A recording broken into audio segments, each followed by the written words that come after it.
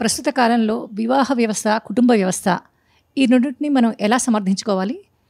నేటి కాలంలో ఆడపిల్లలు, మహిళలు ఎటువంటి మెళకువలు పాటించడం శ్రేయస్కరం? భద్రత.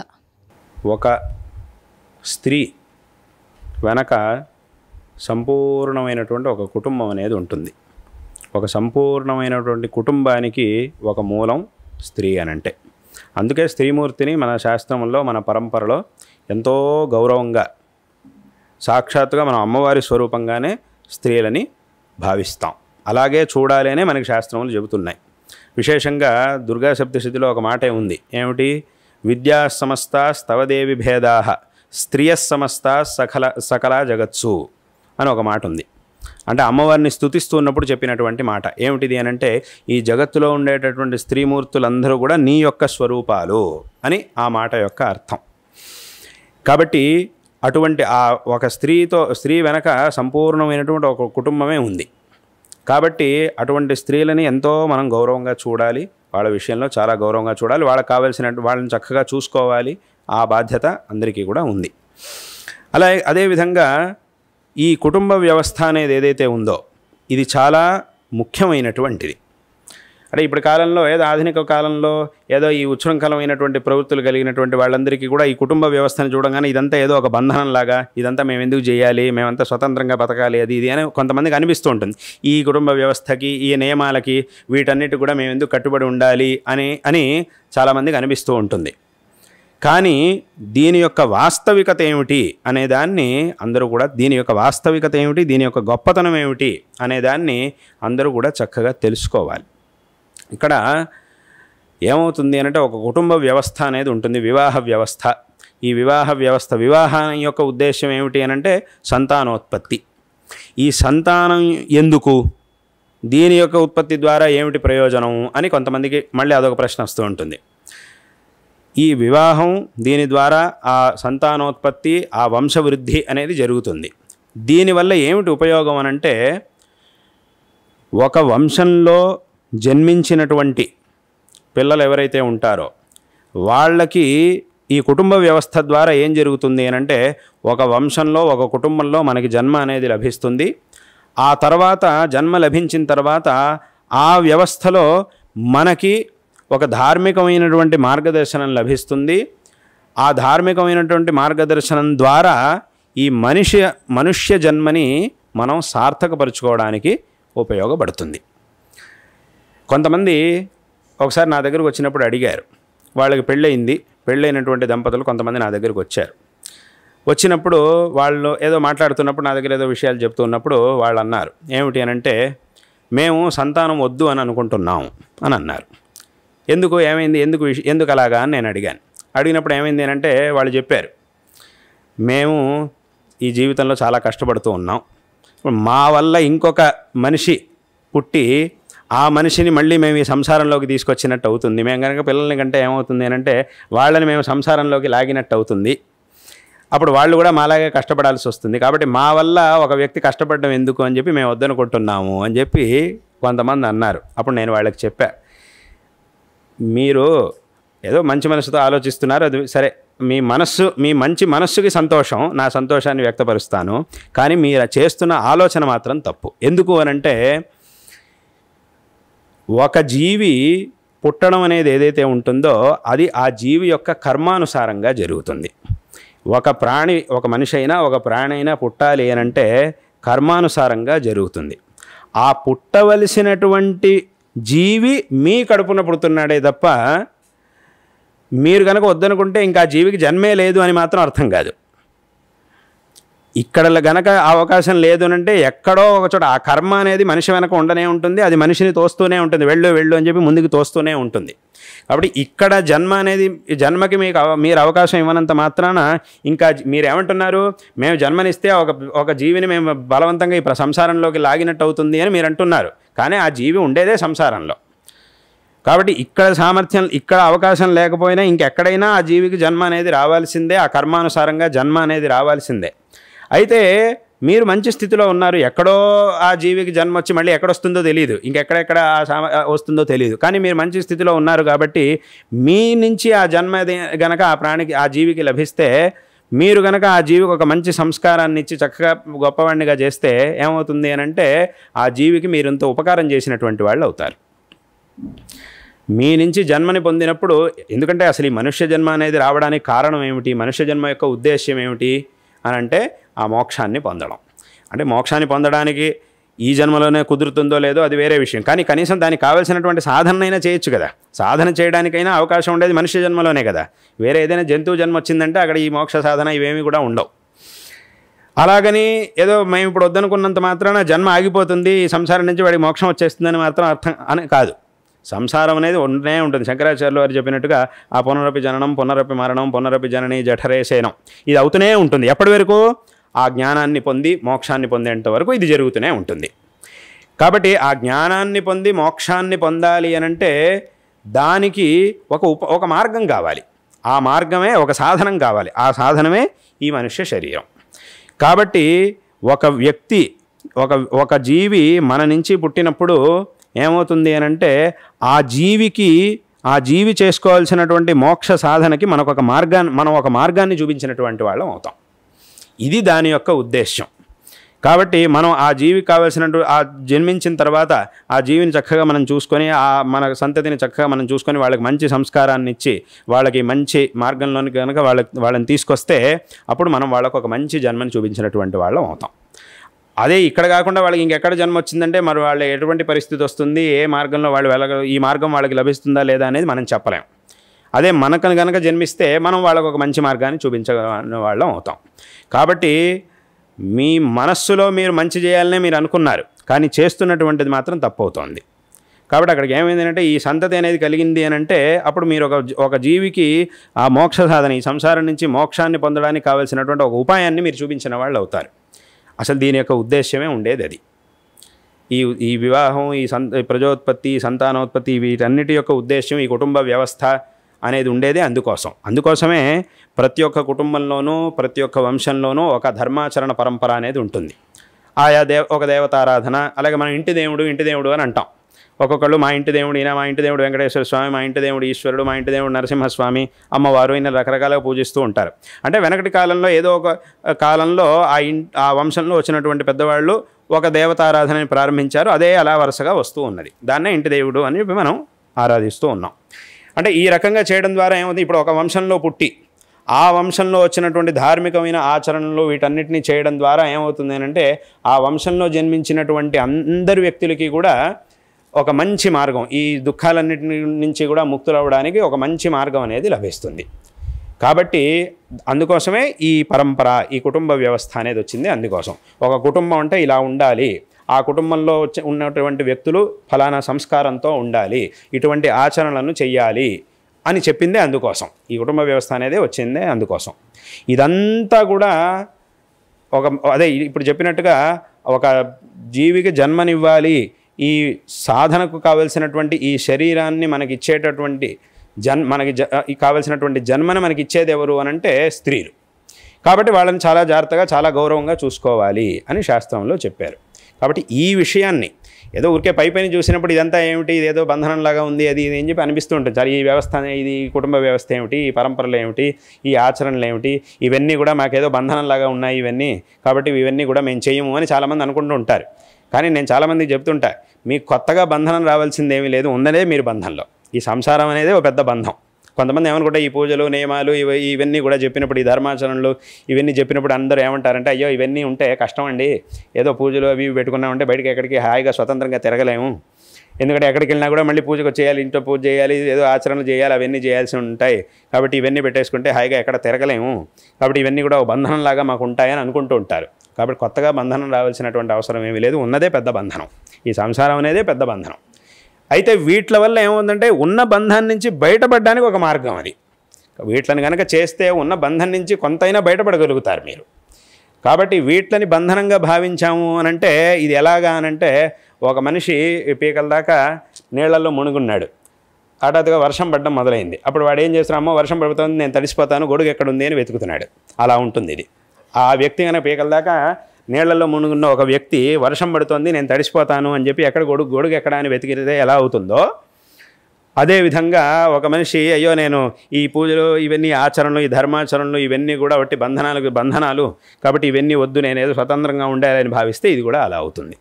కాబట్టి ఈ వ్యవస్థ అనేది ఏదైతే ఉందో దీన్ని అందరూ కూడా చక్కగా గౌరవించాలి. ఇంత ఆలోచన చేసి ఈ వ్యవస్థను ఏర్పరిచారు. కాబట్టి ఈ కుటుంబ వ్యవస్థ అనేది ఉంటుంది. దీంట్లో అందరికీ కూడా ఒక సామర్థ్యం, ఒక కర్తవ్యం అనేది ఉంటుంది. కాబట్టి దీని అందరూ కూడా చక్కగా తెలుసుకోవాలి.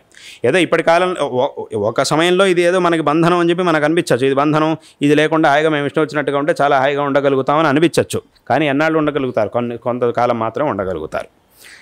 తర్వాత మళ్ళీ ఈ మార్గంలోకి మనం రావాల్సిందే. కాబట్టి దీని యొక్క గొప్పతనాన్ని అందరూ కూడా చక్కగా తెలుసుకోవాలి. అదేవిధంగా ఇప్పుడు విశేషంగా స్త్రీలు వాళ్ళకి కూడా శాస్త్రంలో ఎన్నో అనుష్ఠానాలని చెప్పారు. వాళ్ళు కూడా చక్కగా తరించడానికి కావాల్సినటువంటి ఎన్నో అనుష్ఠానాలు వాటన్నిటిని కూడా చెప్పారు. అయితే ఇక మన ధర్మంలో శాస్త్రముల్లో ఒకరికి చెప్పిన దాన్ని ఇంకొకరికి చెప్పుండకపోవచ్చు, కానీ శ్రేయో మార్గాన్ని అందరికీ కూడా చెప్పారు. అదే మన శాస్త్రముల యొక్క గొప్పతనం.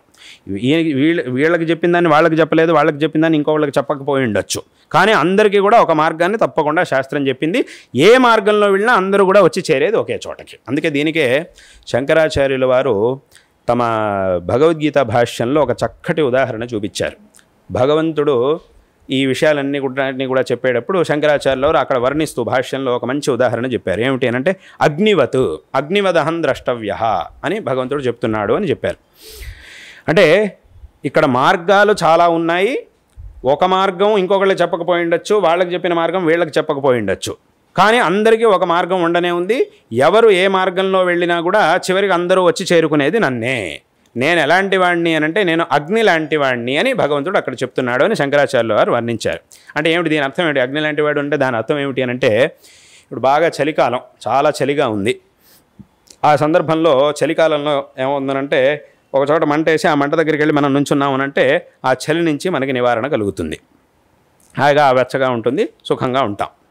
ఇప్పుడు ఒక చోట మంట వెలుగుతూ ఉన్నది. ఆ మంటకి చుట్టూరా ఆ దిక్కులో ఒకడున్నాడు, ఈ దిక్కులో ఒకడున్నాడు, ఈ దిక్కులో ఒకడున్నాడు, ఈ దిక్కులో ఒకడున్నాడు. వీళ్ళందరూ చలితో బాధపడుతూ ఉన్నారు. ఈ మనుషుల్లో ఒక మహారాజు ఉన్నాడు, ఒక సామాన్యుడున్నాడు, ఒక మందబుద్ధి ఉన్నాడు, ఒక బుద్ధిశాలి ఉన్నాడు, అందరూ ఉన్నారు. వీళ్ళందరూ కూడా నానా దిక్కుల్లో ఉన్నారు. ఇప్పుడు వీళ్ళందరికీ కూడా చలి నుంచి ఉపశమనం కలగాలి అంటే అందరూ ఏం చేయాలి? ఆ అగ్ని దగ్గరికి రావాలి. దాని ముందుకొచ్చి నిలబడ్డారు అనంటే అప్పుడు దాని యొక్క స్పర్శ వల్ల వీళ్ళకి ఆ చలి నుంచి ఉపశమనం అనేది కలుగుతుంది. అయితే ఇలా వచ్చేటప్పుడు ఏమవుతుందనంటే అందరూ కూడా ఒకే మార్గంలోంచి రావాల్సిన అవసరం లేదు. ఇప్పుడు మహారాజు ఈ దిక్కులో ఉన్నాడు, ఏ దిక్కులో ఉన్నవాడు ఆ అగ్నికి ఒక్కొక్క దిక్కులో ఒక్కొక్కళ్ళు ఉన్నారు. ఆయా దిక్కుల్లో ఉన్నవాళ్ళు ఏ మార్గంలో వెళితే తొందరగా అగ్నిని చేరుకోగలుగుతారో ఆయా మార్గాల్లో వాళ్ళు అక్కడికి వెళ్ళాలి. అలా ఒక్కొక్కళ్ళు ఒక్కొక్క మార్గంలో వాళ్ళ మార్గంలో ఇప్పుడు ఈ తూర్పు దిక్కులో ఒకడు ఉన్నాడు, పశ్చిమ దిక్కులో ఇంకోటి ఉన్నాడు. ఆ పశ్చిమ దిక్కులో ఉన్నవాడు పశ్చిమం నుంచి తూర్పు వరకు వచ్చి అక్కడి నుంచి ఇదే మార్గంలో వెళ్ళాల్సిన అవసరం లేదు. నువ్వు పశ్చిమంలో ఉన్నావా అయితే అక్కడి నుంచి ఒక మార్గం ఒక దారి ఉంది నీకు, ఆ దారిలో వచ్చేసేయి. నువ్వు తూర్పులో ఉన్నావా అయితే ఇక్కడి నుంచి నీకు దారి ఉంది, ఆ దారిలో నువ్వు వచ్చేసేయి. అలా వచ్చేసారంటే చివరికి అందరూ వచ్చి చేరుకునేది ఎక్కడికి? ఆ అగ్ని దగ్గరికి. అగ్ని దగ్గరికి వచ్చేసాము అని అంటే ఒకసారి అగ్ని దగ్గరికి వచ్చాము అని అంటే మనకు కలిగేటటువంటి ఫలంలో ఏ విధమైనటువంటి తేడా ఉండదు. ఇప్పుడు అగ్ని దగ్గరికి వచ్చిన తర్వాత ఇప్పుడు ఇటు నుంచి మహారాజు వచ్చాడు కాబట్టి ఆయనకి ఎక్కువ ఫలాన్ని నేను ఇస్తాను, ఇటు నుంచి వీడు ఒక పేదవాడు వచ్చాడు కాబట్టి వీడికి నేను తక్కువ ఫలాన్ని ఇస్తాను అని ఎప్పుడు అగ్ని అనదు. దాని దగ్గరికి వచ్చేసిన తర్వాత అందరికీ కూడా ఒకే విధమైనటువంటి ఉపశమనం కలుగుతుంది. వీడు మహారాజు కదండి కాబట్టి వీడికి ఎక్కువ దొరకాలి అని అలా ఉండదు. వీడు పండితుడు, ఒక పండితుడికి అయితే ఎక్కువ ఉపశమనం కలుగుతుంది. ఒక పామరుడు వీడేం చదువుకోలేదు కాబట్టి వీడికి అగ్ని వల్ల ఉపశమనం కలగదు అని చెప్పలేం. అందరికీ కూడా ఒకే విధమైనటువంటి ఫలం లభిస్తుంది. ఒక్కొక్క దిక్కులో ఉన్నవాళ్ళు వాళ్ళకి యోగ్యమైన మార్గంలో వచ్చారు. ఇక్కడికి వచ్చిన తర్వాత ఫలం మాత్రం అందరూ ఒకే చోటకు వచ్చారు. చివరికి ఫలం కూడా అందరికీ ఒకేలా వస్తోంది. కాబట్టి అందరూ వాళ్ళ మార్గంలో వచ్చినప్పుడు అందరికీ ఒకే విధమైనటువంటి ఫలం అనేది లభిస్తుంది. ఇందులో ఏమాత్రం సందేహం లేదు. అదేవిధంగా ఇంకో విషయం ఏమిటి? మనకి యోగ్యమైన మార్గంలో వెళ్ళాలి. నేను మహారాజును కదా, నేను ఎందుకు వెళ్ళాలి, నేను ఇక్కడే ఉంటాను కానీ నా చలి మాత్రం పోవాలి అని అంటే అది ఎప్పటికీ పోదు. మహారాజు అయినా సరే నువ్వు దాని దగ్గరికి వెళ్తేనే, ఆ అగ్ని దగ్గరికి వెళ్తేనే నీకు ఉపశమనం కలుగుతుంది. నేను పెద్ద పండితుండని, నేను 10 శాస్త్రాలు చదువుకున్నాను కాబట్టి నేను ఎందుకు అగ్ని దగ్గరికి వెళ్ళాలి, నేను ఉన్న చోటే ఉంటాను, నేను ఇక్కడే ఉంటాను, అగ్ని అక్కడ ఉన్నా సరే నాకు ఉపశమనం కలగాలంటే మాత్రం అది ఎప్పటికీ కలగదు. వీడు వెళ్ళాల్సిందే.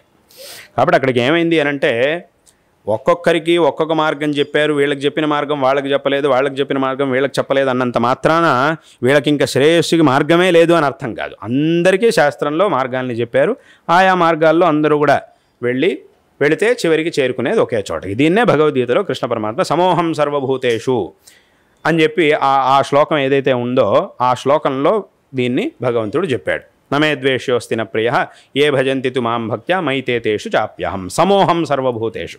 నేను అందరికీ సమానంగా అనుగ్రహిస్తాను. వాళ్ళ మార్గాల్లో అందరూ కూడా నన్ను చేరుకుంటే అందరికీ నేను సమానంగా ఒకే విధమైనటువంటి అనుగ్రహాన్ని చేస్తాను అని చెప్పాడు. కాబట్టి విశేషంగా ఇటువంటి ఈ కుటుంబ వ్యవస్థ అనేది ఏదైతే ఉందో ఇవి చాలా ఆలోచన చేసినటువంటి వ్యవస్థలు. వీటి వెనక ఇంత విషయం ఉంది. కాబట్టి ఈ వ్యవస్థల్ని కాపాడుకోవాల్సినటువంటి బాధ్యత అందరికీ కూడా ఉన్నది. ఏదో అనిపించిందని చేయడం కాదు, శాస్త్రంలో మనకేం చెప్తున్నాయనే దాన్ని మనం చెయ్యాలి. కాబట్టి ఆ వ్యవస్థ ప్రకారం ఈ కుటుంబ వ్యవస్థలు ఇవన్నీ కూడా ఏర్పడినాయి. కాబట్టి ఇది ఉండాలి. ఆ కుటుంబం ఆ వంశవృద్ధి ఇవన్నీ కూడా జరగాలి.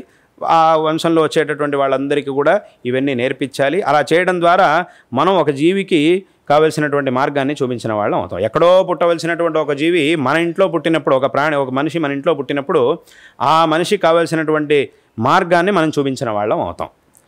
ఇలా చేయడం ద్వారా ఒక మనిషికి మనం కావలసినటువంటి మార్గాన్ని ఉపదేశించడం ద్వారా తత్ఫలితం మనకి వస్తుంది.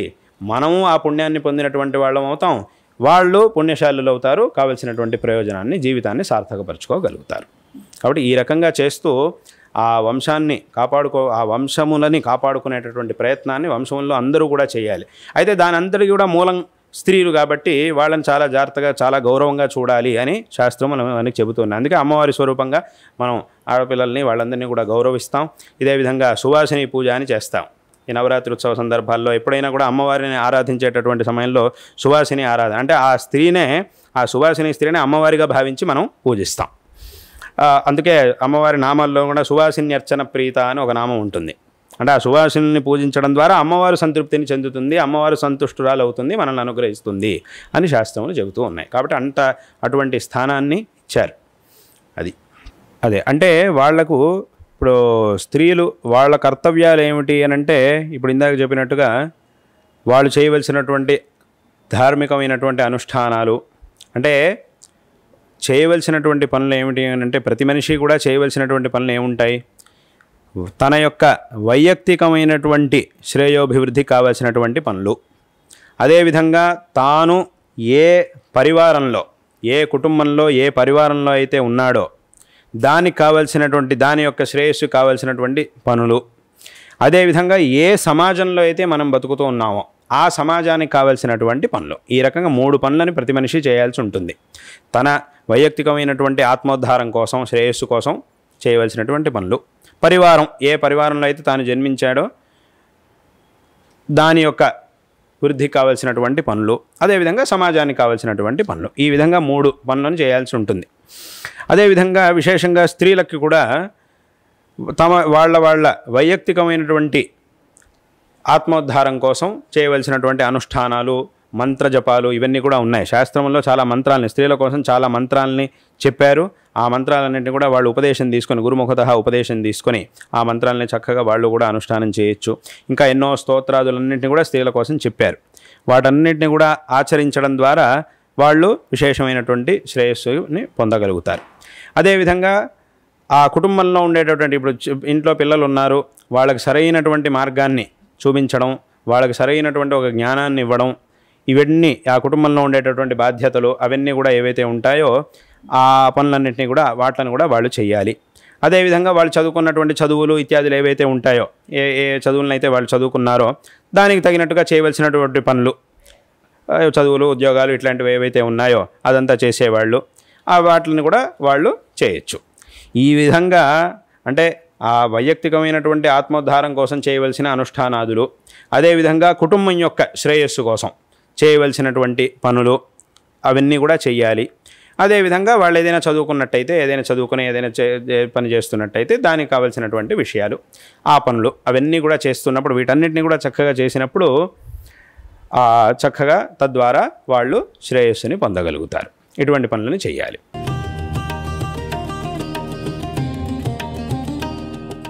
గురుగారు ఇప్పుడు అర్థమైంది. అంటే సాధన చేయాలి, అందరికీ కూడా అవకాశం ఉంది అని.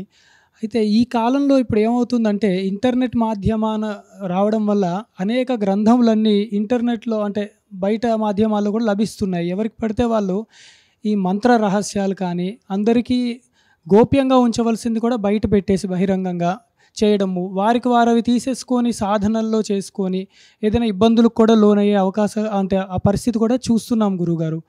ఇది ఎలాగ అరికట్టాలి అని ఒకటి.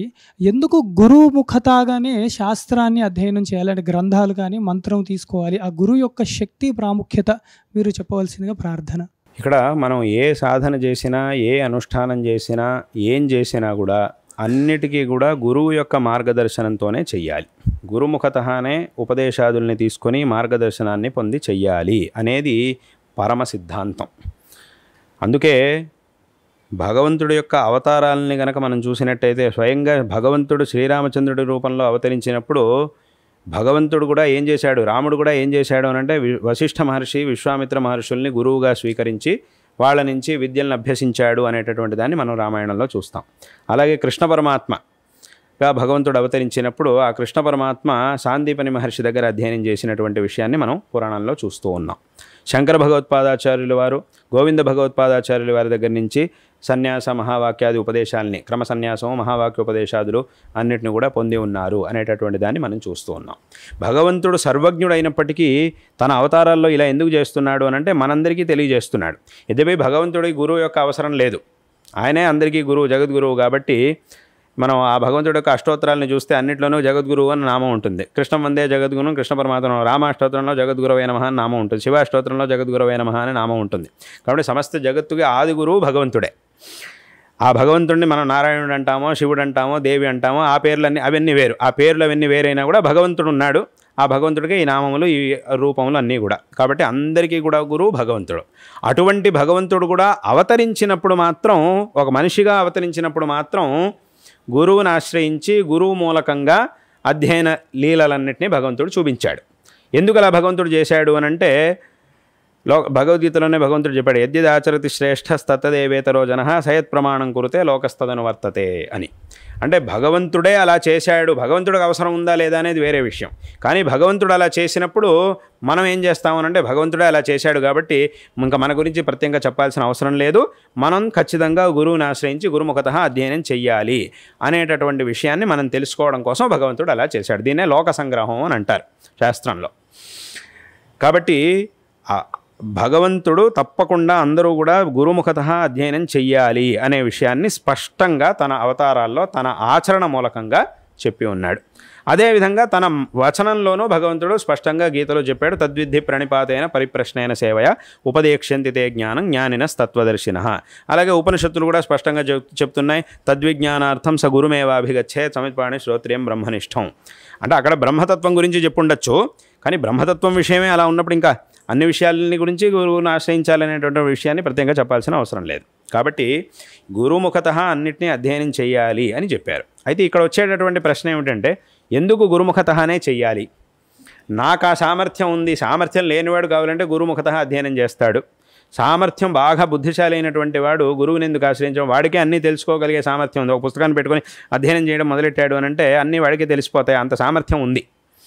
ఇది ఎందుకు చెప్పారు, ఏది ఎందుకు చెప్పారు అనే దాన్ని తెలుసుకునే బుద్ధిశక్తి ఉన్నప్పుడు గురువుని ఎందుకు ఆశ్రయించాలి అని ఒక ప్రశ్న వస్తుంది. కానీ ఇక్కడ మనం తెలుసుకోవాల్సినటువంటి విషయం ఏమిటంటే, ఎంత సామర్థ్యం ఉన్నా కూడా కొంతవరకు మాత్రమే మన బుద్ధితో మనం తెలుసుకోగలుగుతాం.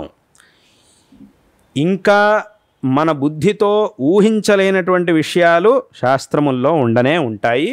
ఆ విషయాల్ని గురుముఖతఃనే మనం తెలుసుకోవాలి.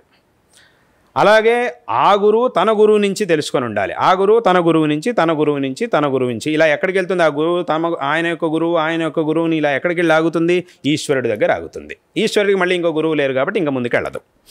కాబట్టి ఈ వైదిక విద్య అనేది ఏదైతే ఉందో, లౌకికమైన విద్యల విషయం వేరు, కానీ వైదికమైనటువంటి విద్య అనేది ఏదైతే ఉందో దీంట్లో గురుముఖతః మనం ఉపదేశం పొందడం అనేది చాలా అవసరం. ఇందులో ఏమాత్రం సందేహం లేదు. ఎందుకంటే ఇప్పుడు చెప్పినట్టుగా ఎంత సామర్థ్యం ఉన్నా కూడా కొన్ని విషయాలు ఇంకా సూక్ష్మమైనటువంటి శాస్త్రముల్లో ఉండనే ఉంటాయి. ఆ విషయాల్ని మనం గురుముఖతనే తెలుసుకోవాలి. ఎందుకంటే గ్రంథాల్లో కూడా అన్ని విషయాల్ని చెప్పరు, ముఖ్యమైనటువంటి విషయాల్ని మాత్రం చెప్తారు. కానీ ఆ విషయాన్ని అక్కడ ఎందుకు చెప్పారు, దాని మూలం ఏమిటి అనేదాన్ని అనేటటువంటి జ్ఞానం ఏదైతే ఉందో అది గ్రంథముల ద్వారా రాదు, ఉపదేశముల మూలకంగానే ఆ జ్ఞానం అనేది రావాలి. ఆ ఉపదేశం అనేది మనకి లభించాలంటే గురువు దగ్గరికి వెళ్ళాలి. కాబట్టి గ్రంథాల్లో చెప్పబడేటటువంటి విషయాలు కొన్ని, ఎందుకంటే అన్ని విషయాల్ని గ్రంథాల్లో చెప్పలేరు, అలా చెబుతూ పోతే గ్రంథం అనేది చాలా పెద్దదైపోతుంది. కాబట్టి అన్ని విషయాల్ని చెప్పరు, ముఖ్యమైనటువంటి విషయాల్ని చెప్తారు. ఆ విషయాలకి మూలంగా కొన్ని విషయాల్ని ఉపదేశ పరంపరలో వస్తాయి, కొన్ని విషయాలు గ్రంథ పరంపరలో వస్తాయి, కొన్ని విషయాలు ఉపదేశ పరంపరలో వస్తాయి. కాబట్టి ఎక్కడ ఏ విషయం అనేది దాని వెనక ఉన్నది అనే దాన్ని మనం నిర్ణయించలేం. కాబట్టి అది గురుముఖత అధ్యయనం చేసినప్పుడు మాత్రమే గురువు దాన్ని చెప్పగలుగుతాడు, గురుముఖత మనం తెలుసుకోగలుగుతాం. కాబట్టి గురుముఖత అధ్యయనం అనేది చాలా అవసరం. ఇప్పుడు మీరు చెప్పినట్టుగా ఏదో ఇంటర్నెట్లో అక్కడంతా ఏదో పుస్తకాలు అవన్నీ ఉన్నాయి, గోప్యంగా ఉండవలసిన విషయాల్ని కూడా అక్కడ చెప్తున్నారు అని అంటున్నారు. కానీ అవి కూడా వాళ్ళు సరిగ్గా చెప్తున్నారా లేదా ఏమిటి అనే దాన్ని తెలుసుకునే మనం ఆ విషయాల్ని తెలుసుకోవాలి. అంటే ఇక్కడ ఏదో పుస్తక రూపంలో ఉన్నదాన్ని ఇప్పుడు అందరూ చూసేట్టుగా ఏదో ఇంటర్నెట్లో పెట్టారు, అందరూ చూస్తున్నారు. అందరూ చూసినా కూడా అక్కడ ఏదో విషయం ఉంది సరే, ఆ పుస్తకంలో ఉన్న విషయం ఉంది సరే, కానీ ఆ విషయాన్ని తెలుసుకోవాలంటే మళ్ళీ గురుముఖత సాంప్రదాయికమైనటువంటి గురుముఖం నుంచే మళ్ళీ మనం తెలుసుకోవాలి. అది నాకు అవసరం లేదు, నేను ఇక్కడ ఏదో ఉంది కదా దాన్ని చూసి ఏదో సాధన చేసేస్తాను అంటే మాత్రం అది అయ్యే పని కాదు. కాబట్టి ప్రతి విషయంలో ఇది ఒట్టి శాస్త్రముల యొక్క విషయంలో మాత్రమే కాదు, లౌకికమైనటువంటి విషయాల్లో కూడా అంతే. అందుకే ఒక చిన్న కథ ఒకటి ఉంది. ఏంటంటే ఒకసారి ఒక ఊళ్ళో ఒక పెద్ద ధనవంతుడు ఉండేవాడు. ఆయన చాలా ధార్మికుడు, ఆయనకు ఉన్నటువంటి కోట్ల ఆస్తుంది, దానిలో చాలా అంతా కూడా ఆయన ఎప్పుడు కూడా ఈ మంచి పనులకు ఉపయోగిస్తూ ఉండేవాడు. అలా ఆయన చాలా పనులు, ఊళ్ళో చాలా మంచి దేవస్థానాలు కట్టించాడు, గోపురాలు కట్టించాడు, చెరువులు తవ్వించాడు, అన్నదాన సత్రాలు కట్టించాడు, అన్నీ చేశాడు. ఆయన అదంతా చేసి ఒక ఊళ్ళో ఒక పెద్ద శివాలయం ఉంది, ఆ శివాలయానికి ఒక పెద్ద రాజగోపురం కట్టించాడు. ఆయన కట్టించాడు, అంతా అయిపోయింది. తర్వాత కొంతకాలానికి ఆయన జీవితం అయిపోయింది, ఆయన పోయినాడు. తర్వాత ఆయన పిల్లలు ఉన్నారు. అయితే ఈయనకున్నటువంటి ధార్మిక బుద్ధి ఆ పిల్లలకి లేదు. వాళ్ళు ఎప్పుడు కూడా ఒక్క ధర్మాచరణ చేయరు, ఉన్నటువంటి ఆస్తిని మొత్తం వాళ్ళ భోగాలకి అనవసరమైనటువంటి పనులకు ఖర్చు పెట్టారు. ఆస్తి మొత్తం కరిగిపోయింది, ఒక్క మంచి పని చేసింది లేదు, ఎంత లేదు, మొత్తం ఆస్తిని కరిగించేశారు. మొత్తం ఆ అనవసరమైనటువంటి పనుల్లోనే ఆస్తి మొత్తాన్ని నాశనం చేసేశారు. ఇంకా వాళ్ళకి ఏమైందంటే చిన్నప్పటి నుంచి ఇంత ఐశ్వర్యంలో పెరిగి ఆ ఆస్తులన్నింటినీ కూడా ఖర్చు పెట్టి వాళ్ళకి అదే అలవాటు అయిపోయి ఇప్పుడు డబ్బులన్నీ ఆస్తి అంతా కూడా ఖాళీ అయిపోయిన తర్వాత వాళ్ళకి ఆ సుఖాలు అవన్నీ లేక చాలా ఇదైపోయారు వాళ్ళు. అయ్యో ఇవి ఏం చేసి ఇప్పుడు ఎలా చేయాలి, ఎలా బతకాలి, మనం ఈ సుఖాలను అనుభవించి అదే అలవాటు అయిపోయింది. కాబట్టి ఇప్పుడు ఏమో దానికి చేతిలో డబ్బులు లేవు. కాబట్టి ఇప్పుడు ఏం చేయాలి అని వాళ్ళంతా కూడా చాలా ఆలోచిస్తూ ఉండేవాళ్ళు. అంతా వెతికారు, ఎక్కడ వెతికినా కూడా ఏమీ దొరకలేదు. అన్ని చోట్ల వెతికినా ఎక్కడ ఏమీ దొరకపోయేసరికి చివరికి ఒక ఆలోచన చేశారు. ఏమిటి అనంటే, ఉన్న ఆస్తంతా అయిపోయింది, బహుశా మా నాన్న ఎవరికైనా అప్పులు ఇచ్చుంటాడు కదా, ఆ అప్పులు ఇచ్చినప్పుడు ఆ అప్పుల్లో కొంతమంది తీర్చారు, కొంతమంది తీర్చని వాళ్ళు ఎవరైనా ఉండొచ్చు. ఒకవేళ అలా ఎవరైనా తీర్చని వాళ్ళు ఉంటే వాళ్ళ దగ్గరికి వెళ్ళి ఇన్ని సంవత్సరాల వడ్డీతో సహా మొత్తం వసూలు చేస్తే మళ్ళీ కొంత డబ్బు వస్తుంది, దాంతో మళ్ళీ హాయిగా సుఖంగా ఉండొచ్చు కదా అని చెప్పి ఆ లెక్కల పుస్తకాలన్నీ తీసి వెతకడం మొదలెట్టారు. ఏమీ దొరకలేదు. చివరికి మొత్తం ఎక్కడా లేదు, అందరూ అప్పులన్నీ కూడా. ఎందుకంటే ఆయన పెద్ద ఆయన చాలా తెలివైనవాడు కాబట్టి అప్పులను ఇచ్చేసి సరైన సమయంలో మళ్ళీ వసూలు చేసేస్తూ ఉండేవాడు ఆయన. కాబట్టి ఎక్కడ కూడా అప్పులు లేవు, ఎవరికి ఇచ్చినటువంటి అప్పులు బాకీలు లేవు. అంతా వెతికారు, ఎక్కడ వెతికినా ఏమీ లెక్క దొరకలేదు. చివరికి ఒక్కచోట మాత్రం ఒక వాక్యం ఏమి రాసింది అని అంటే, ఈ ఊరి యొక్క రాజగోపురం ఏదైతే ఉందో, ఆయన కట్టించినటువంటి రాజగోపురం ఏదైతే ఉందో, ఆ రాజగోపురం కింద ఒక 2 కిలోల బంగారం ఉంది అని ఆ రాజగోపురం కింద ఒక ముహూర్తం, ఒక రోజు చెప్పారు. ఫలానా మాసంలో ఫలానా తిథిలో ఆ రాజగోపురం కింద 2 కేజీల బంగారాన్ని పెట్టడం జరిగింది అని ఒక మాట అక్కడ రాసింది. అది చూడంగానే వీళ్ళకి ప్రాణం లేచి వచ్చింది మళ్ళీ. అయితే రాజగోపురం కింద ఉందిట, ఎలాగైనా సరే దాన్ని. అయితే సమస్య ఏమిటి, రాజగోపురం కింద ఉంది అది, దాన్ని తీయాలంటే రాజగోపురం మొత్తం పడగొట్టాలి. వీళ్ళు ఏం చేశారు అంటే, మేము ఆ రాజగోపురాన్ని పడగొడతామని చెప్పి వెళ్ళారు. అప్పుడు ఊరు వాళ్ళంతా ఆపారు వాళ్ళని. ఎందుకంటే ఊరి వాళ్ళకి వీళ్ళ మీద ఏమాత్రం గౌరవం లేదు, తండ్రి మీద గౌరవం ఉండేది, వీళ్ళ మీద గౌరవం లేదు. పైగా ఇప్పుడు వీళ్ళు ఏమాత్రం మంచి పనులు చేయకపోగా అనవసరమైనటువంటి పనులకి డబ్బులన్నీ ఖర్చు పెట్టేసి ఇప్పుడు ఈ రాజగోపురాన్ని, దేవుడు వాళ్ళ నాన్న కట్టించిన రాజగోపురాన్ని పడగొట్టడానికి వచ్చారు అని చెప్పి వాళ్ళందరికీ చాలా కోపం వచ్చి వాళ్ళంతా వీళ్ళని కొట్టడం మొదలెట్టారు. సరిగ్గా అదే సమయానికి ఒక వయస్సు అయిన ఒక ఆయన అక్కడికి వచ్చాడు, ఆ ఊరికి వచ్చాడు. ఈయనెవరు, ఆ వయస్సు అయిన ఆయన ఎవరంటే వీళ్ళ తండ్రికి స్నేహితుడు. ఆయన అంతా కలిసి వ్యవహారాలన్నీ చేస్తూ ఉండేవాడు. ఆయన వచ్చాడు, ఏం జరుగుతుంది ఏమిటంత చూస్తే వీళ్ళని ఇలా కొడుతున్నారు ఊరి వాళ్ళంతా. అప్పుడు ఏమైందనంటే ఆయన ఆపాడు, వాళ్ళందరినీ ఆపాడు. ఏమిటి ఆపి అంటే వీళ్ళు ఏం చేశారంటే, ఈ పిల్లలు ఏం చేశారు అని అంటే, వాళ్ళ ఆ ఊరి వాళ్ళు మీరు రాజగోపురాన్ని ముట్టుకోకూడదు అన్నప్పుడు వీళ్ళు ఏం చేశారంటే, వీళ్ళు గొడవ చేసి ఇది మా నాన్న కట్టించిన గోపురం కాబట్టి మేము ఏదైనా చేస్తామని చెప్పి వీళ్ళు బలవంతంగా గోపురాన్ని పడగొట్టేశారు. వీళ్ళు లోపలంతా తవ్వి చూశారు, ఏమీ దొరకలేదు. దాంతో ఇంక ఊరి వాళ్ళకి చాలా కోపం వచ్చి వీళ్ళని బాగా కొట్టడం మొదలెట్టారు, చావు కొట్టడం మొదలెట్టారు. ఇంతలో ఆయన వచ్చాడు, సరైన సమయానికి ఆయన వచ్చాడు. వచ్చి ఆపాడు, ఏం జరిగింది మొత్తం విషయం అంతా తెలుసుకున్నాడు. అప్పుడు ఆయనకే ఒకసారి ఆశ్చర్యం వేసింది, అదేమిటి నా స్నేహితుడు ఇలా రాసి పెట్టాడేమిటి, ఇలా రాశాడు, సరే రాశాడు, కానీ వెతికి చూస్తే మాత్రం దొరకలేదు. మా స్నేహితుడు ఆయన ఏం తెలివి తక్కువ వాడు కదా, ఇలా రాశాడంటే దీని వెనకాల ఏదో సూక్ష్మం ఉండాలి, కాబట్టి ఇక్కడ ఏదో విషయం ఉంది అని చెప్పి ఏమన్నాడు అని అంటే, ఆ ఊరి వాళ్ళకి చెప్పాడు ఈయన, నాకు 2 రోజులు సమయం ఇవ్వండి, నేను ఎలాగైనా సరే ఆయన ఎందుకు రాశాడో ఒకసారి ఆలోచిస్తాను, దీని వెనకాల ఏదో కారణం ఉంటుంది, ఒకవేళ ఈ 2 రోజుల్లో కనుక నేను దాన్ని కనిపెట్టలేకపోతే నా చేతుల మీదుగా మళ్ళీ మొత్తం రాజగోపురాన్ని నేను కట్టించిస్తాను అని వాళ్ళందరికీ మాట ఇచ్చి ఆ గొడవను అక్కడికి ఆపించి ఆయన వెళ్ళాడు. ఆ 2 రోజులు బాగా ఆలోచించాడు, ఏం జరిగింది, అసలు ఏం జరిగింది, ఎందుకు ఇలా రాశాడు, ఒకవేళ రాసినా కూడా మరి వెతికితే ఉండాలి కదా, దొరకలేదు, కానీ రాసి పెట్టాడు, ఇక్కడ ఏదో విషయం ఉంది అని బాగా ఆలోచించాడు. ఆలోచించిన తర్వాత ఆయనకి తెలిసింది. తర్వాత వచ్చాడు, ఊరి వాళ్ళందరినీ పిలిచి అన్నాడు, ఇప్పుడు నేను చెప్పలేను, ఇంకొక 2 నెలలు సమయం కావాలి అని అన్నాడు. ఎందుకు అని అన్నారు. దాంట్లో ఒక సమయం రాశాడు, ఆ సమయం వచ్చేంత వరకు ఆగాలి అని అన్నాడు. సరే సమయం వచ్చింది. వచ్చిన తర్వాత ఏమైంది అని అంటే, ఆ రాజగోపురం ఎక్కడైతే ఉండేదో అంటే దాని యొక్క ఆ నీడ, రాజగోపురం పొడుగ్గా ఉంటుంది కదా, దాని నీడ ఫలానా చోట పడుతుంది. అందులోనూ సూర్యుడు అటు ఇటు సంచరిస్తున్నప్పుడు ఈ దక్షిణాయనం ఉత్తరాయణంలో సూర్యుడి గతి అటు ఇటు మారుతూ ఉంటుంది. అప్పుడు ఆ నీడ కూడా అటు ఇటు మారుతుంది. ఆ ఫలానా మాసంలో ఫలానా రోజున ఆ రాజగోపురం యొక్క నీడ అనేది ఎక్కడైతే పడుతుందో అక్కడ తవ్వి చూడండి అని చెప్పాడు. అక్కడ తవ్వినప్పుడు అక్కడ బంగారం దొరికింది. అంటే ఆయన ఏం చేశాడంటే 2 నెలల సమయం అక్కర్లేదు. ఆయన ఏమన్నాడు అని అంటే, ఆ తిథిలో రాజగోపురం యొక్క నీడ ఎక్కడ పడుతూ ఉండేది, అది ఉన్నప్పుడు అది ఎక్కడ పడేది అనే దాన్ని గుర్తించి అక్కడ తవ్వి చూడండి అని అన్నాడు. తవ్వితే అక్కడ బంగారం దొరికింది. ఆయన ఆ పెద్ద మనిషి ఆయన బంగారాన్ని ఎందుకు అక్కడ పెట్టాడు అని అంటే, ఇప్పుడు రాజగోపురం కట్టించాడు, అయిపోయింది, ఇంకా కొన్నేళ్ళు అయిన తర్వాత ఇదేమైనా జీర్ణం అయిపోయింది అని అంటే మళ్ళీ దాన్ని కొత్తగా కట్టించాలంటే ఆయన పాపం అంత ఆలోచించాడు, అంత ధార్మికుడు ఆయన. మళ్ళీ అప్పుడు కనుక మళ్ళీ రాజగోపురం కట్టించాలంటే ఎలా కట్టించాలి, దానికి డబ్బులు ఎలా ఏర్పాటు చేసుకోవాలి అనే ఇబ్బంది ఊరు వాళ్ళకి రాకూడదని చెప్పి ఈ గోపురాన్ని కట్టించడమే కాకుండా దానికి కావాల్సినటువంటి ధనాన్ని కూడా అక్కడ పెట్టాడు. అలాగని నేను ఇక్కడ ధనం పెట్టాను అని చెప్పి అందరికీ నేరుగా చెప్పేసేస్తే మళ్ళీ అది కుదరదు. అందుకోసం ఆయన ఏం చేశాడంటే తెలివిగా ఇలా రాసి పెట్టాడు. మరి ఆ విషయం ఈ మిత్రుడికి ఎలా తెలుసు అని అంటే, అప్పుడు ఆయన అన్నాడు, అందరూ అడిగారు మీకు ఎలా తెలుసండి ఈ విషయం అని అడిగారు. అప్పుడు ఈయన అన్నాడు, వాడు మేమిద్దరం మిత్రులమే కదా, మేము ఈ రకంగా చాలా వ్యవహారాలు చేశాము. ఇలా వ్యవహారాలు చేస్తున్నప్పుడు ఆ ధనం ఏదైతే ఉంటుందో దాన్ని దాచిపెట్టుకోవడానికి ఇవన్నీ మా మార్గాలు. ఇవన్నీ కూడా ఎవరికి అర్థమవుతాయి అని అంటే, వాడిలాగా ఆలోచించేవాడికి అర్థమవుతాయి. ఆ జ్ఞానం ఎవరికైతే ఉంటుందో ఊరికే అక్కడ ఏదో రాసుందన్నంత మాత్రాన్ని దాన్ని పెట్టుకొని మనం ఏమీ చేయలేం. అలా చేస్తే కనుక మనకు ఆ ఫలం రాదు.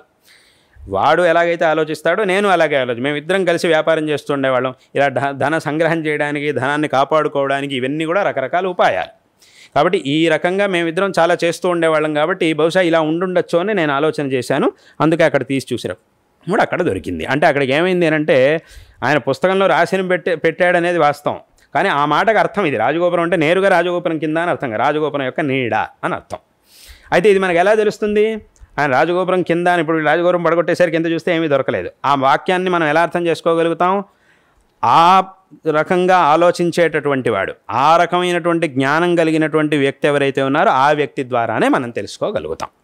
అటువంటి వ్యక్తి ఎవరు అంటే ఆయనతో పాటు ఉన్నటువంటి వాడు, ఆయనతో పాటు వ్యవహారం చేసి మొత్తం ఆయన స్వభావం, ఆయన ఏమిటి విషయం అంతా తెలిసినటువంటి వాడు ఈయన. కాబట్టి ఈయన నుంచి ఆ విషయం తెలుసుకోగలిగారు. కాబట్టి అంటే అక్కడ ఇదంతా ఎందుకు చెప్తున్నాను అంటే, లౌకికమైనటువంటి విషయాల్లోనే ఇలా ఉంటుంది. ఇంకా శాస్త్రీయమైనటువంటి విషయంలో గురువు యొక్క ఉపదేశంతోనే మనం సరైనటువంటి తత్వాన్ని తెలుసుకోగలుగుతాం అనేటటువంటి విషయాన్ని ప్రత్యేకంగా చెప్పాల్సిన అవసరం లేదు. వట్టి పుస్తకంలో ఉన్నటువంటి విషయాన్ని మాత్రమే తీసుకొని ఇదిలాగా అని మనం నిర్ణయం చేయలేము అనేటటువంటి విషయాన్ని ప్రత్యేకంగా చెప్పాల్సినటువంటి అవసరం లేదు. కాబట్టి లోకంలోనే ఎన్నో విషయాలు ఇలాంటివి ఉంటాయి. నేరుగా అక్కడ ఉన్న మాటను అలాగే తీసుకొని మనం వెళ్ళాము అంటే పని జరగదు. దానికి ఒక అర్థం ఉంటుంది, ఆ మాట వెనకాల ఒక అర్థం ఉంటుంది. అది ఎవరికి తెలుస్తుంది అని అంటే, ఆ పరంపరలో వచ్చినటువంటి వాడికి మాత్రమే తెలుస్తుంది. అదేవిధంగా తత్వంలోనూ అంతే. కాబట్టి గురువు యొక్క ఉపదేశం మనకి ఎంత బుద్ధి సామర్థ్యం అనేది ఉన్నా కూడా కొంతవరకు మాత్రమే మనం వెళ్ళగలుగుతాము. సంపూర్ణంగా విషయాన్ని మనం తెలుసుకోవాలి అని అంటే దానికి గురువు యొక్క మార్గదర్శనం అనేది ఆవశ్యకం. కాబట్టి ఏమున్నా కూడా గురుముఖతః మనం ఉపదేశాన్ని పొందాలి. ఆ గురుముఖత ఏవేవో అనువాదాలు ఉన్నాయి, ఏవో పుస్తకాలు ఉన్నాయి, అనువాదాలు వ్యాఖ్యానాలు ఉన్నాయి, వాటన్నింటినీ పెట్టుకొని అవన్నీ కూడా మనం ఆలంబనగా తీసుకోవాలి. కానీ మళ్ళీ అంతిమంగా ఉపదేశం మాత్రం గురువు నుంచే తీసుకోవాలి. కాబట్టి ఈ విషయాన్ని అందరూ కూడా తెలుసుకోవాలి. కాబట్టి చక్కగా గురువు యొక్క మార్గదర్శనాన్ని అందరూ కూడా పొందాలి అనేటటువంటి విషయాన్ని అందరూ తెలుసుకోవాలి.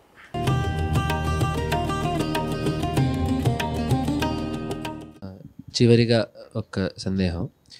ఇప్పుడు జగద్గురువుల వారు చెప్పిన సమాధానాలు అన్నిటి ద్వారా స్పష్టంగా తెలిసే విషయం ఏంటంటే గురువు యొక్క ఆశ్రయం ఎంతైనా కావాలి అని. అయితే ఈ కాలంలో కొత్త కొత్త పీఠాలు, కొత్త కొత్త గురువులు, కొత్త కొత్త బాబాలు అందరూ వస్తున్నారు. కొంతమంది విశ్వసనీయులు, కొంతమంది ఈ ప్రజల యొక్క జిజ్ఞాసను అడ్డుపెట్టుకొని వాళ్ళ వ్యవహారాలను వాళ్ళు సాగిస్తున్నారు. అందున ఈ మాధ్యమాల ద్వారా భక్తి అనేది ఇంకా ప్రచురం అయినప్పుడు ఈ జిజ్ఞాసను అడ్డుపెట్టుకొని వాళ్ళ వ్యవహారాలను సాగించడానికి ఇంకా ఆస్కారం దొరుకుతోంది. అలాగే ఇదివరకు జగద్గురువులు చెప్పినట్టు కూడా ప్రజలకి అన్ని విషయాల మీద పరిపూర్ణమైన అవగాహన ఉంటుంది అని కూడా ఏం లేదు. కాబట్టి ఇప్పుడు జ్ఞాని అయిన వాళ్ళే గురువు అని చెప్పి అన్నా కూడా ఇప్పుడు ఆ జ్ఞానం అంటే ఏమిటి, ఆ జ్ఞానులు ఎలా ఉంటారు అనే విషయం కూడా ప్రజలకు తెలియకపోవచ్చు. ఇటువంటి సందర్భంలో సరియైన గురువు అంటే ఎవరు అని నిర్ణయించడం ఎలాగా? ఇప్పుడు ప్రతారణ చేసేవాళ్ళు ఉన్నప్పటికీ కూడా సరియైన గురువు ఎవరు అని తెలుసుకోవడం ఎలాగా అనేది. అంటే ఇప్పుడు ఈ ప్రపంచంలో చాలా స్కూళ్ళు, కాలేజీలు ఉన్నాయి. మనం ఎక్కడైతే ఉంటామో మన ఇంటి పక్కనే, మన ఇంటి దగ్గరగా ఒక స్కూల్ ఉంటుంది, ఒక కాలేజీ ఉంటుంది, చాలా ఉన్నాయి. కానీ మనం ఏం చేస్తున్నాం, చాలామంది ఏం చేస్తున్నారు, వాళ్ళ పిల్లల్ని ఎక్కడో ఉండే స్కూల్కి పంపిస్తారు.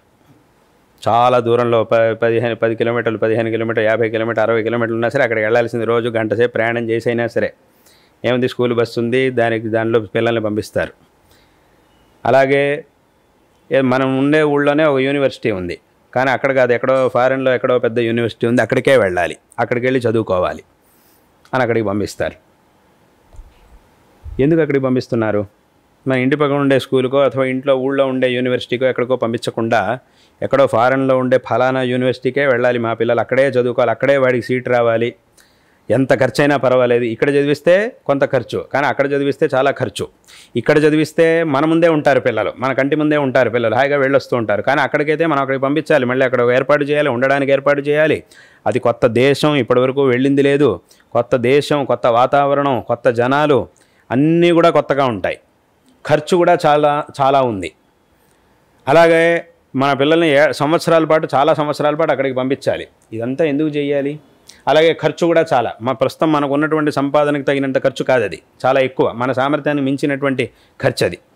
అయినా కూడా అందరూ ఏం చేస్తున్నారు, ఈ కష్టాలన్నింటినీ కూడా సహించుకొని పిల్లల్ని ఏదో ఒక రకంగా అక్కడికి దానికి కావాల్సిన డబ్బుల్ని, సమయాన్ని అన్నింటినీ కూడా ఏర్పాటు చేసుకొని పిల్లల్ని వాళ్ళ వరకు 4 రోజులు కూడా వదిలింది లేదు, వాళ్ళని వదిలి ఉండిందే లేదు. కానీ ఇప్పుడు 4 ఏళ్ల పాటు అక్కడికి చదువుకోవడానికి పంపిస్తున్నాం. ఎందుకు పంపిస్తున్నాం అని, ఇదంతా ఎందుకు చేస్తున్నాం? ఇన్ని కష్టాలని మనం ఎందుకు సహించుకుంటూ ఈ కష్టాలన్నింటినీ కూడా మనం అంగీకరించి పిల్లల్ని అంత దూరం పంపిస్తున్నాం. ఎందుకు ఇలా చేస్తున్నాం, ఎందుకు ఇలా చేయాల్సి వస్తుంది?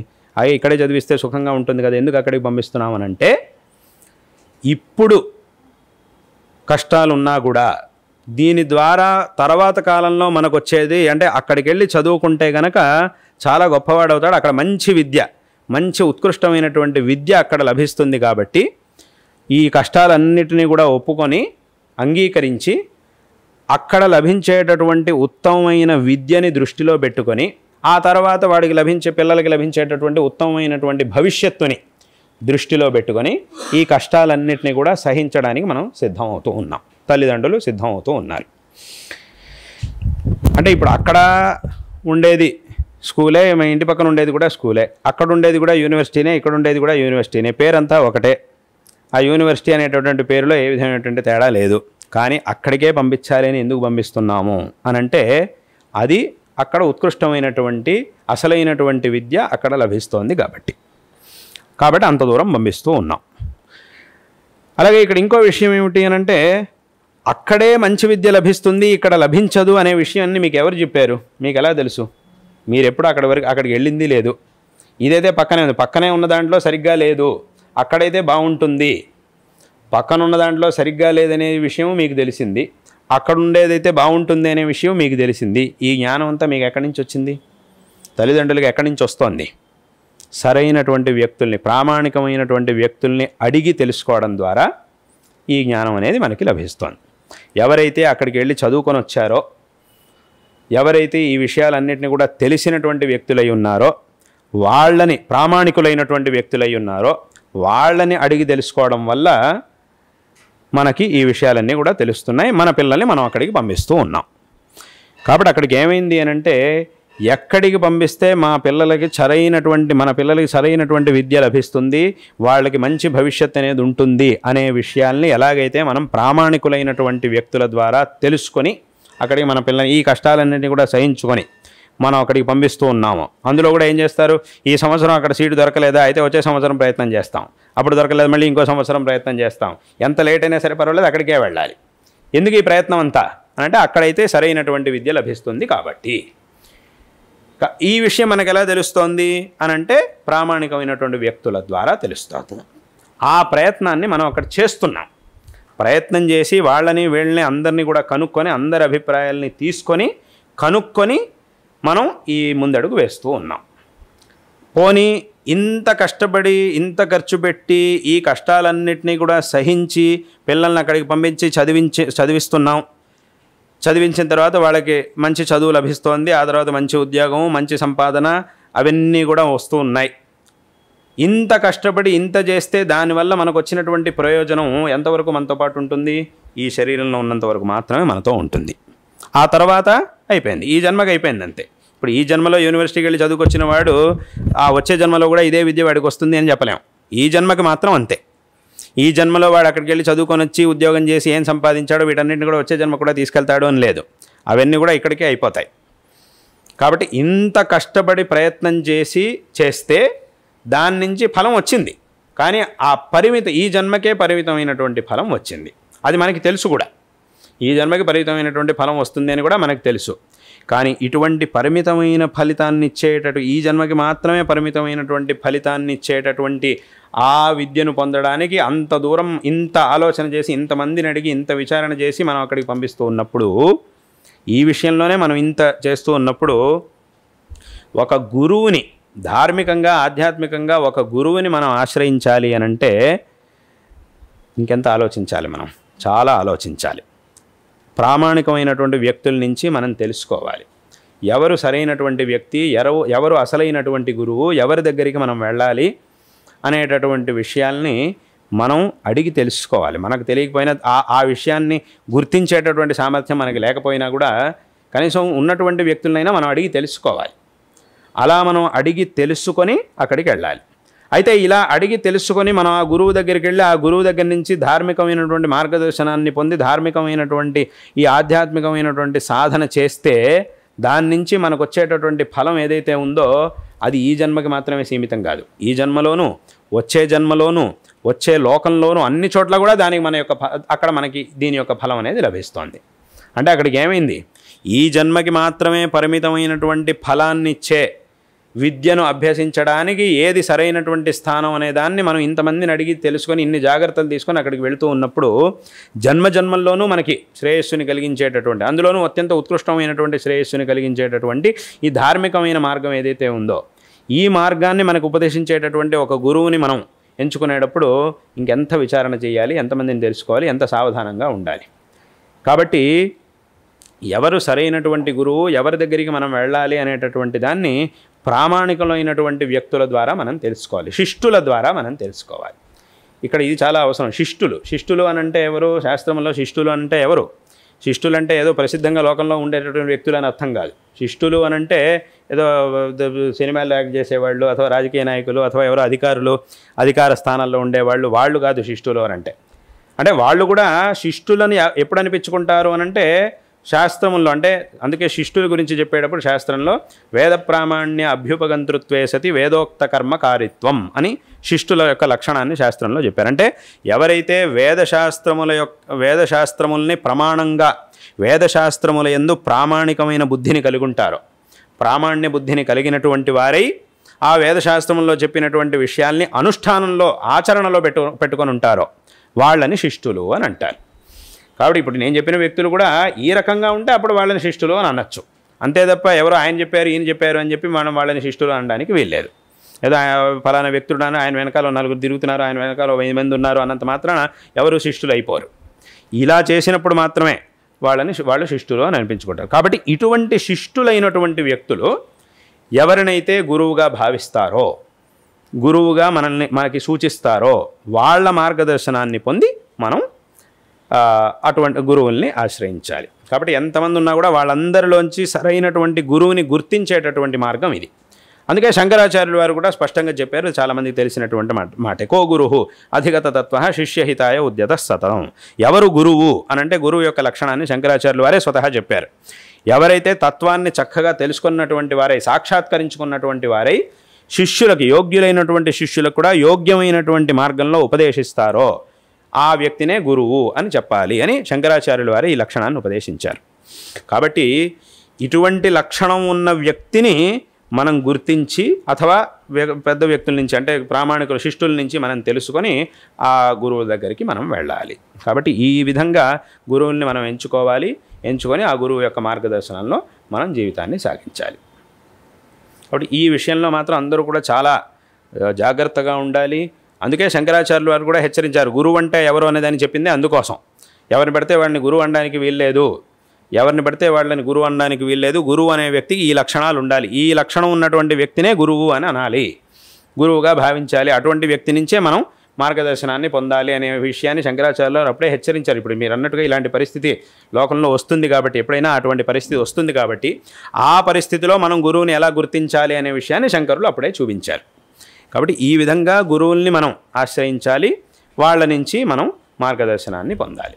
అది కాకుండా ఊరికే ఏదేదో ఇప్పటి కాలంలో అనవసరంగా ఏమిటేటో చేసి ఎవరెవరో గురూజీలు వాళ్ళు వీళ్ళు అని మీరు అన్నట్టుగా గురూజీలు బాబాలు అనుకుంటే ఎవరెవరో ఉన్నారు, ఏమిటేమిటో చేస్తుంటారు. వాళ్ళు ఏం చేస్తే దానికి వీళ్ళు లీలా అని పేరు పెడతారు.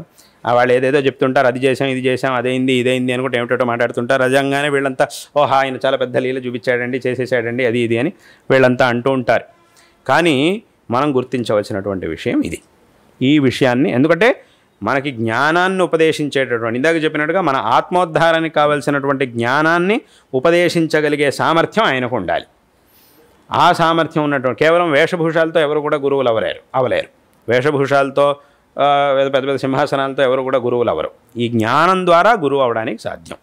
కాబట్టి సరైనటువంటి గురువు నుంచి మనం మార్గదర్శనాన్ని పొందాలి. చాలామంది ఏం చేస్తుంటారు అంటే ఏదో ఊరికే 4 ముక్కలు చదివేసుకొని మా జ్ఞానం వచ్చేసింది, మేమే గురువులో, మేమందరికీ అన్ని విషయాలు చెప్పేస్తామని చెప్పి ఏమిటో చెప్తుంటారు. ఒకసారి ఒక ఆయన నా దగ్గరికి వచ్చి అడిగాడు, స్వామి అద్వైతం అంటే ఏమిటి అని అన్నాడు. సరే నేను చెప్పా, అద్వైత సిద్ధాంతం అంటే ఇలా ఉంటుందని అంతే చెప్పా. అంటే అక్కడికి మరి అద్వైత సిద్ధాంతం కనుక ఇలా ఉంది అని అంటే అప్పుడు మనం ఇదంతా ఏమీ ప్రపంచం అంతా మిథ్యా అని చెప్పేశారు కాబట్టి మనం ఇదంతా ఏమీ చేయక్కర్లేదా అని అన్నాడు. నేనన్నా కాదు, మిథ్యా అని అంటే దానికి ఒక అర్థం ఉంది. ఆ మిథ్యా అనేటటువంటి మాటకు ఒక అర్థం ఉంది. జ్ఞానం వచ్చేంత వరకు ఇదంతా కూడా చేయాలి అని శాస్త్రంలో ఏం చెప్పారో అదంతా కూడా నేను ఆయనకి చెప్పాను. అప్పుడు ఆయన నాతో తర్వాత ఒక విషయం చెప్పాడు. నేను అసలు మీ దగ్గర ఎందుకు ఇదంతా అడుగుతాను, అసలు నాకు అద్వైతం గురించి తెలియదు, ఏమీ తెలియదు, నేనేదో ఉద్యోగంలో ఉన్నాను, నా పనిలో నేను ఉన్నాను. అయితే మీ దగ్గరికి ఇంత దూరం నేను వచ్చి నేను ఇక్కడికి ఎప్పుడు వచ్చింది లేదు. మీ దగ్గరికి ఇప్పుడు వచ్చి అడగడానికి కారణం ఏమిటి అని అంటే మా అబ్బాయి ఉన్నాడు, వాడికి నేను చక్కగా ఉపనయనం చేశాను. మా సంప్రదాయ వంశ పరంపర ప్రకారం వాడికి ఉపనయనం చేశాను. తర్వాత వాడి చేత చక్కగా సంధ్యావందనం అనుష్ఠానాలు అవన్నీ కూడా వాడి చేత చక్కగా చేయించాను. వాడు కూడా చాలా శ్రద్ధగా అంతా చేస్తూ వచ్చాడు. తర్వాత ఏమైంది అని అంటే వాడన్నిటిని వదిలేశాడు. ఎంత చెప్పినా కూడా చేయట్లేదు వాడు.